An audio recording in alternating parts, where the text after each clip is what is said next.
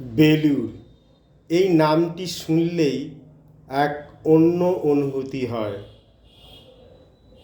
রামকৃষ্ণদেব, সারদা মা, বিবেকানন্দের কথা মনে হয়। কবি সুবোধ সরকারের লেখা বেলুড়।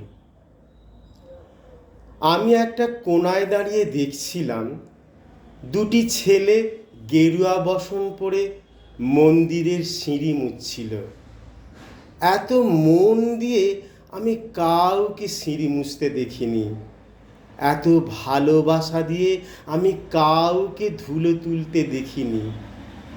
সিঁড়ি নয়, যেন জননীর ত্বক থেকে ধুলো তুলছিল।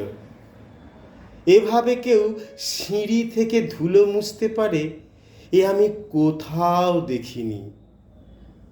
স্থিতপ্রজ্ঞ মহারাজকে জিজ্ঞাসা করলাম, এই ছেলে দুটি কে?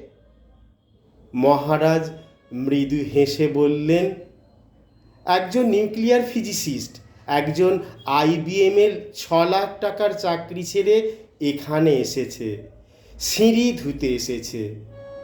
যে সিঁড়ি দিয়ে মানুষ ওপরে ওঠে তা যেন পরিষ্কার হয়।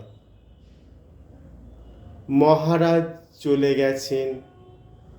সন্ধ্যা নেমে আসছে গঙ্গায়।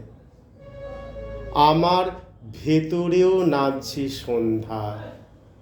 সারা পৃথিবীতে এত সিঁড়ি, সিঁড়িতে সিঁড়িতে এত দাগ, এত ক্রোধ, এত অপমান।